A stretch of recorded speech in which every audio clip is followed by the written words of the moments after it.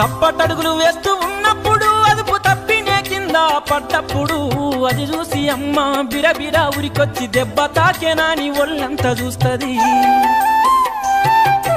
ఆస్తిపాస్తులు ఎన్ని ఉన్నా లేకున్నా మేడమిద్దలు లెక్కలేనన్ని ఉన్నా కన్న కడిపే మేడమిద్దెలనుకుంటది, కడుపు తీపే ఆస్తిపాస్తులనుకుంటది. జ్వరమొచ్చి ఒళ్ళు కాలితే అమ్మ గుండె నిండా బాధ ఉంటది. ఓ దేవుడా నా కడుపును కాపాడమని వేడుకుంటది. కొడుకు లేచి నవ్వి ఆడినప్పుడే అమ్మ ముఖముల కోటి దీపాలు వెలుగును. అమ్మా